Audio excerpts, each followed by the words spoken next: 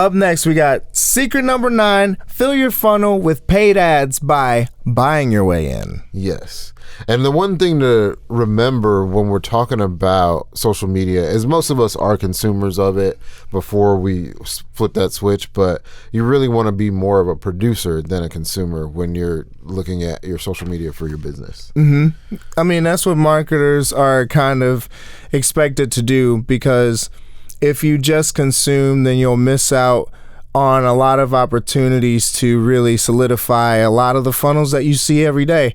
The point of funnel hacking is kind of acknowledging when you see a funnel, because you can't really hack a funnel unless you see it. Yeah. And kind of just take an example from that. Yeah, and in some of the later secrets, we'll talk about how you can keep that consumption to a minimum, and then, really where the meat of producing and marketing for your company is creating content, whether that's a podcast, video, audio, IG posts, whatever it is. You need to be able to create something, produce more than you consume.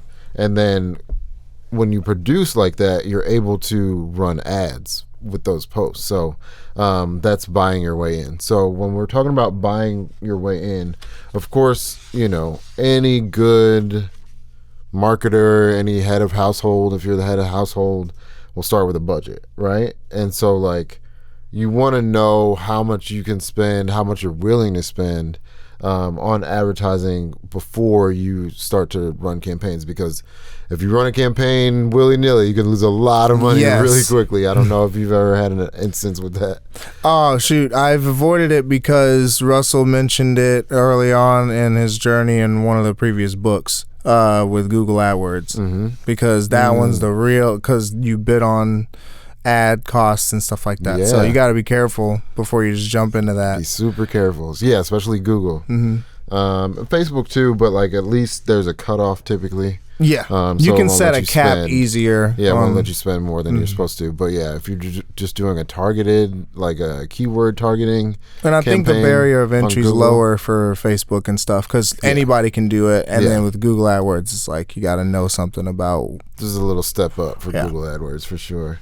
And then he also talks about prospecting ads versus retargeting ads. And so prospecting just means this is for your cold traffic, people that aren't aware of your brand. What do they say? Problem aware, but brand unaware. And so they don't know of your business, but they know that they need bread, or they know that they need the service that you can provide. The service that you provide, So step one is to create lots of prospecting ads to hook your dream customers. So that's what I was talking about, producing, create content. It's very easy to create content with a smartphone these days. We have a nice little setup here, but at the end of the day, it's more about you solving the problem and providing value for people than the level of your production value. Exactly. Because it's all about the message. And if the message is there, as long as you're acknowledging the quality that you're putting out at any given moment, aka if you stay ready, you don't have to get ready mentality. Yeah. That way, whatever you put out, even if it's just a simple post, it'll be as high quality as you can put out. But exactly. On another note, there's the 3 audience names, pretty much the 3 groups. The way that it's put in this chapter is engaged audience, the landed audience, and the owned audience. And the engaged audience is the one where you are, that's the work your way in audience. The buy your way in audience is the landed audience, because you purchase, ads to target. And then the owned is the obviously owned traffic, like the ones that you're retargeting on your email list.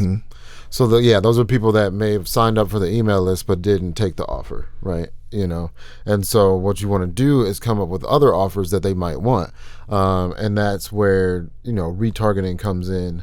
But when you're prospecting, you want to find the overlapping sections of multiple audiences. So say like in your Dream 100s, let's say Tony Robbins that's in actually the example in the book. Tony Robbins is in your Dream 100. You're also targeting business owners and let's say women from 35 to 55. The people that are in that Venn diagram, in the middle of the Venn diagram where everything overlaps, that's where you really want to target those folks. And the good thing on Facebook, and I know things are changing a little bit with permissions and things like that, but as it stands right now with Facebook, you can basically put in all of those characteristics and it'll find exactly how many people are in your area or even in the world if you wanted to, depending on how far you want to go with those overlapping audiences. Yeah. There's so much to be digested with all of this, but man, getting this book and having it's seriously like a playbook. As soon as you need the resource or as soon as the concept comes up, you can quickly reference the secret. You can get a couple little notes and tidbits, recharge that knowledge that you came over when you read it, and then just apply it. It's really simple. Speaking of tidbits, going back to what you were saying with the different audiences for retargeting, what Russell says to do for these people when you're retargeting. The engaged audience, you want to sell the click. So you want to tell the network to collect a custom audience of everyone who has interacted with your post in the past 5 days. And that's how deep this gets. It like tells you like time measurements and things like that. Mm-hmm. To this audience, you want to show an ad with a hook and story that sells the click. So you just want them to click on whatever button you have there. For the landed audience, you want to sell the opt-in or the purchase, and you tell the network that you want to collect a custom audience of everyone. So let's say it's Facebook. Tell Facebook you want to collect a custom audience of everyone who's clicked through your landing page in the past 7 days. To this audience, you want to show an ad with a hook and story that sells the opt-in or the purchase. So like they may have already clicked and maybe even sign up for your email list, but Facebook can see that they've gone through my landing page, but it knows that they haven't done anything past that. So what my ad should do, what the content that I produce should do, is sell the opt-in or the purchase. So I need you to sign up for the email list, or I need you to make this purchase now, or there's this huge discount for right now.